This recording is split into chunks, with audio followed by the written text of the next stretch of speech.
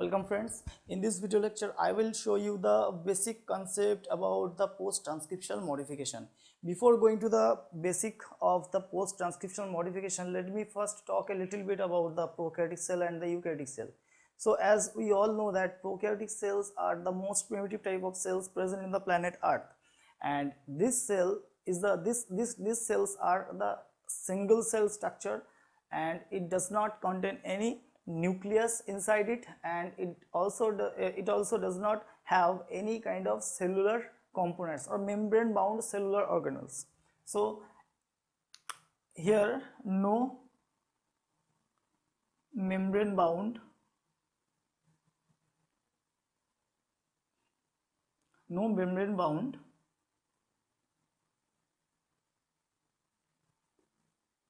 cellular organelles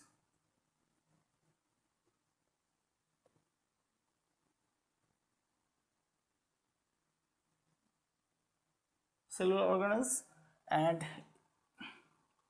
no nucleus. That is the basic feature of the prokaryotic cell.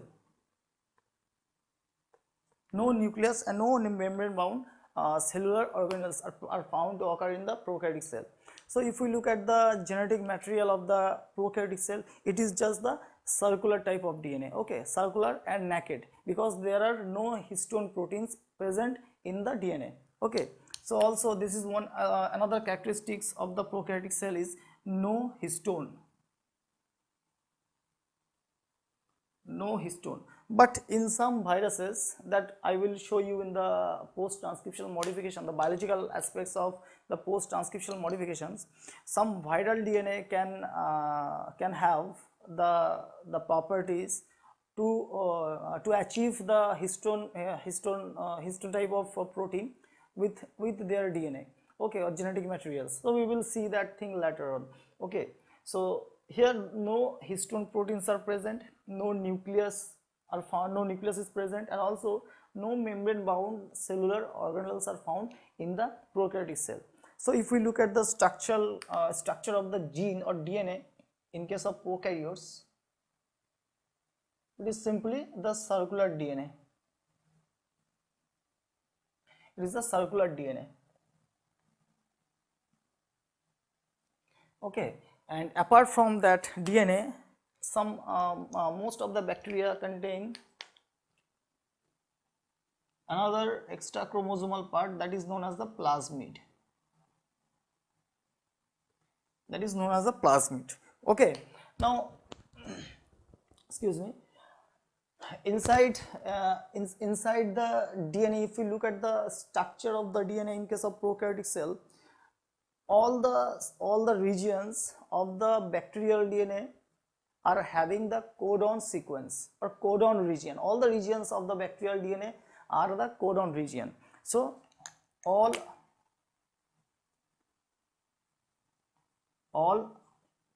codon or coding region. All the regions are coding region.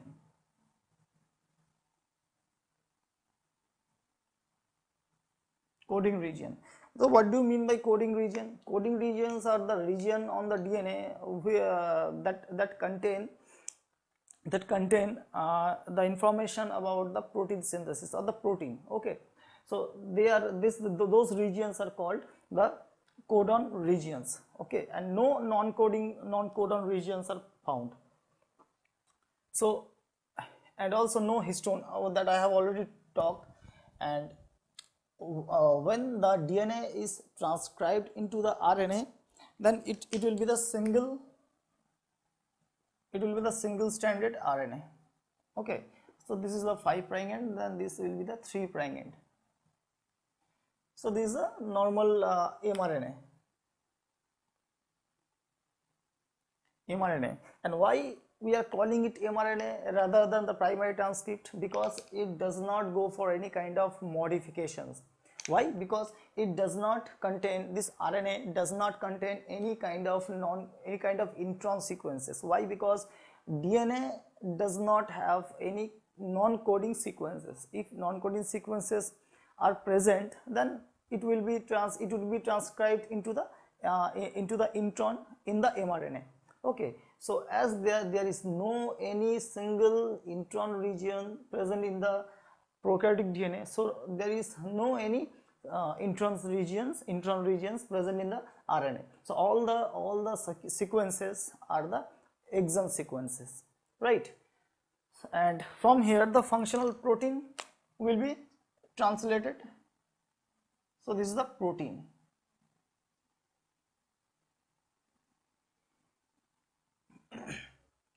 This is the protein. So this is a very basic about the prokaryotic cell. Apart from that, many details are there. I am not going through that details. Now coming to the eukaryotic cell. Eukaryotic cells are the most complex type of cells. Okay, and here the genetic materials are packed or concentrated in a particular region. That region known as the nucleus. This blue circle is the nucleus, under which under this nucleus or inside the nucleus the genetic material is actually conserved or reserved. Now, and also the eukaryotic cells are having a different type of cellular organelles, okay, like plastid. If it is a plant cell, then mitochondria and lysosome, Golgi bodies, endoplasmic reticulum, etc. So if we look at the structural component of the DNA, in case of eukaryotes, we can find that it is a very huge DNA, a very long DNA. If you want to pack it in a smaller region, then we should pack it in a particular material or in a particular component. Okay, so that particular component in case of eukaryotic cell is known as the histone protein. Okay, around which the DNA materials will be packed or will be wrapped around that histone protein. Now, if we look at the structure of a small part of the DNA, then we can see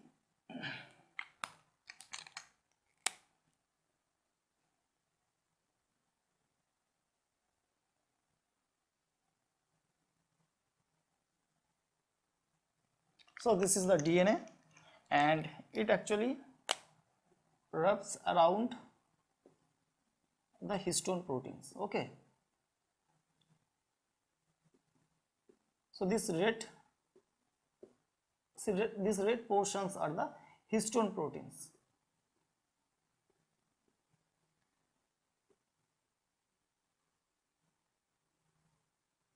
Histone proteins, and these black threads are the DNA material. Okay, now if the DNA undergoes the replication process, then what it should do, the DNA should unwrap itself from the histone to make it naked. Otherwise no protein can bound on the ODC region or different promoter region for the transcription purpose. Okay, so for that purpose, for the expression, rather better to say that for any kind of expression of the gene, we must, or the DNA must unwrap the histone, unwrap itself from the histone protein so that it can be freely accessible.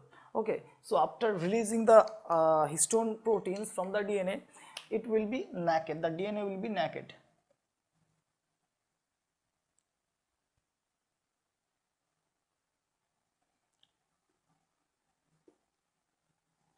Prime end, and this is a 5' end. Okay,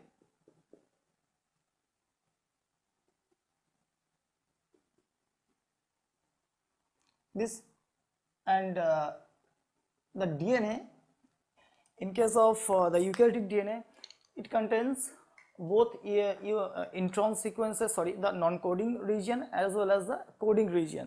So these black portions are the coding region and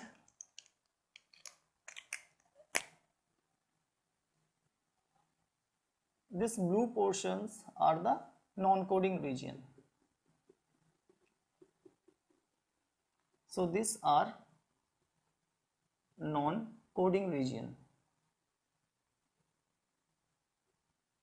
and the black portions are the coding region.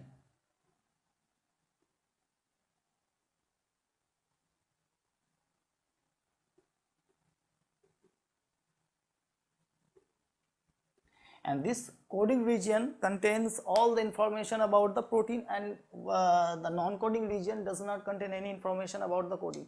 but they have a very a crucial role in the biological process in case of eukaryotes, that we will see later on.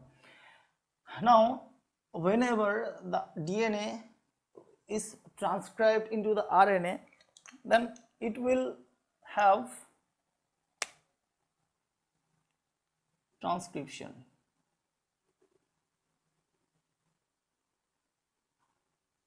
It will have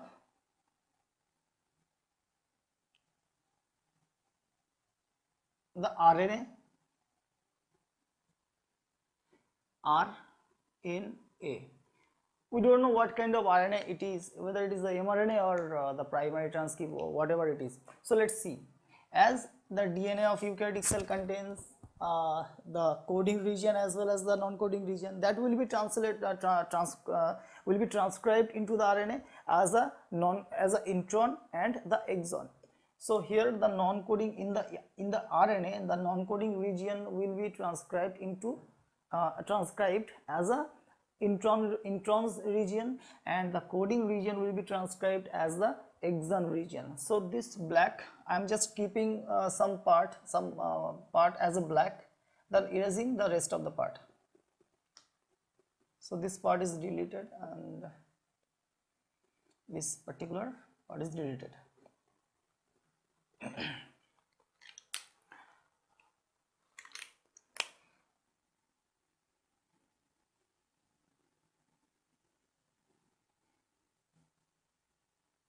This blue portion, this blue colored portion is the intron region.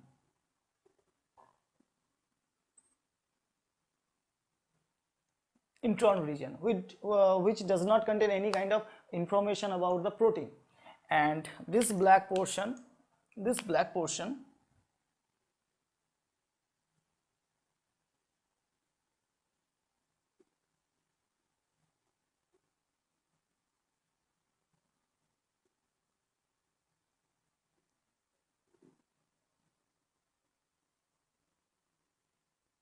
these black portions are the exon sequences or exon region. Exon region. Okay, now what we need to do in case of, now coming to the main topic of our discussion, this is the just nascent RNA. Okay, this is the nascent RNA, or we can call it the primary transcript. Now this RNA is called the primary transcript or pre-mRNA or premature mRNA. Why? Because it is not fully matured. Why? Because these intron sequences are present, right? And it needs further modification. So what kind of modification it needs? So before going to the that process, I must tell you what the post-transcriptional modification is. Post-transcriptional modification is the biological process by which the primary transcript or by which the primary transcript is chemically altered into the mature mRNA. So by looking at this picture, we can easily tell that what kind of thing can be removed and what kind of portion can be joined. Okay, so here the intron sequences should be removed from the RNA, and these black portions that are known as the exon regions are having the all information about the protein should be joined together. Okay, so this process is known as the splicing process. Okay, so splicing is the event that is coming under the post-transcriptional modification. But before the splicing, I must tell you one thing, that just right after the synthesis of the RNA or right after the transcription process, this is the 5' end, this end is the 5' end, and this is a 3' end. First it needs to cap, it needs to cap, okay, at the 5' end. So first the capping event is occurred, then at the 3' end polyadenylation will occur, right? So first G capping is occurred at the 5' end. Now what is G capping? G capping means the guanine residue the guanine nucleotide is added at the 5' end. Okay, the first nucleotide of the primary transcript at the 5' end, but the orientation is irregular. As we know, in the DNA or RNA, the nucleotide or the polymerization process is run from the 5' to 3'. Okay, so it is a kind of linkage between two nucleotides. Now here, this kind of capping or addition of the guanine at the first nucleotide of the primary transcript is irregular. That is the 5' phosphoester bond. Okay, or phosphate group will make the bond at the 5' orientation. So here the G will be added at their 5' interaction or bond formation. Okay, so this is the event of capping. So this is called the capping, number 1 event, G capping. Okay, next one, number 2 event is at the 3' end. At the 3' end, there is a polyadenylation. Okay, so poly A nucleotides or polyadenine nucleotides will be added at the 3' end to make it longer, so that it cannot be cleaved by the exonuclease activity. Okay, so here at the 3' end, polyadenyl nucleotides are added at the 3' end. Okay, now this is the polyadenylation events. Polyadenylation. So this is the second event of the post-transcriptional modification. Another event is the number 3. As I told before, that introns should be removed and the exons should be joined together, so that we can have all the sequences in the RNA as a exon sequences, or the information containing region having the protein sequences or the protein amino acid sequences. Okay, so here the splicing will occur. Splicing. In the splicing, number 3 is the splicing.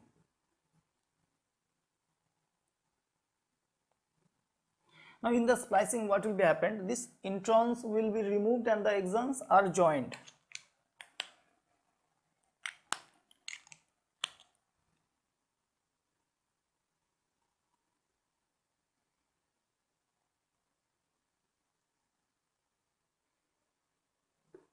Exon 1, exon 2 and exon 3. 1 and E3.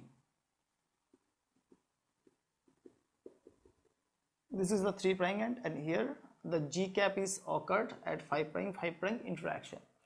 Now the introns are removed.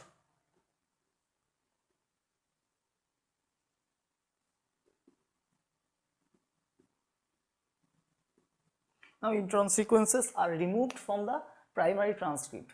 Okay, so this is another this capping, splicing. So the post-transcriptional modification contains the capping, G capping stage or the event, polyadenylation event and the splicing event. And also, now let me tell you another interesting thing is that this polyadenylation, poly A residues at the 3' terminal end of the RNA is also the intron sequences. Now you might be thinking that why it is not spliced, right? As the intron sequences are not having any type of any kind of functionality for the protein synthesis, or it does not contain any nucleotide amino acid sequences or information about the amino acid sequences. So like that, this polyadenylation region, adenylated region, also it does not contain any information about the amino acid or about the exon. It is not the exon sequence at all. So why these are present at the 3' end? First of all, the first functionalities or the first role of this polyadenylation is that in the cell, when it is transferred to the cytosol, there are different type of exonuclease proteins or enzymes. For example, one exonuclease enzyme is that are present in the cytosol is XRN1. This XRN1 is having the exonuclease activity from 5 prime to 3 prime, or another exonuclease enzymes are also there that can have the exonuclease activity from 3 prime to 5 prime direction. Okay, so in that case what will be happen, the terminal portion the terminal region of the RNA can be cleaved. Okay, so by the activity of the exonuclease enzyme. Now to protect that particular terminal region means up to the exon 3. In this picture, to protect up to the exon 3, we must add something beyond the exon 3, because up to this position of the RNA we will get the information about the protein, but beyond that particular region we cannot get any kind of information regarding to the protein. Now these poly A nucleotides are protecting the RNA by increasing its number at the 3' end. So what will be happened when it is transferred in the cytosol or to the cytosol?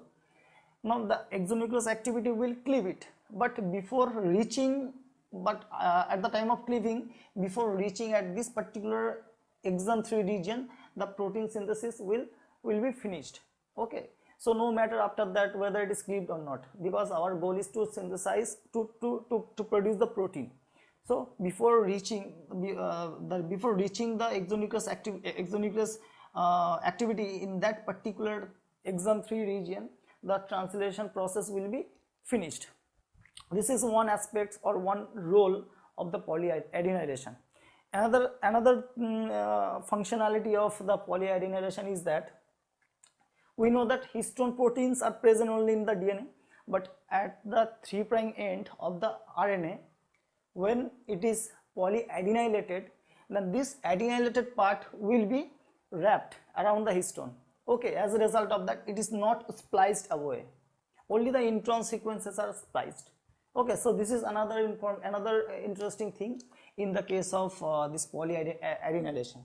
Okay, so why these things are happened before going to the translation? So this is the nucleus and it will be transferred to the cytoplasm, and in the cytoplasm what will be happen, the ribosome will come and different tRNA will come and sit and bring different type of amino acids one by one and make the protein by the polypeptide bonds. Okay, now what is the functionality of this G capping? G capping is very much interesting, and it is also occurred in the virus also. Why? When the viral DNA is actually entered or experimentally, or when at the time of infection, what will happen, the viral DNA will enter the cell, eukaryotic cell, and after entering the eukaryotic cell, the viral DNA will make the RNA, will transcribe into RNA, and that RNA will recruit the host transcriptional machineries, and also they are also having the capability of capping by recruiting the host capping machineries. Okay, so capping is not only found in the eukaryotes but also found in the viruses. Okay, so this is all about that is a very basic video about the post-transcriptional modification. In the next videos, next future lectures, I will discuss about each of those processes in very much detail. Okay, so that's it. I hope you will enjoy this video, and if you like this video, then please share it and subscribe my channel and share to your friends. Okay, so thank you.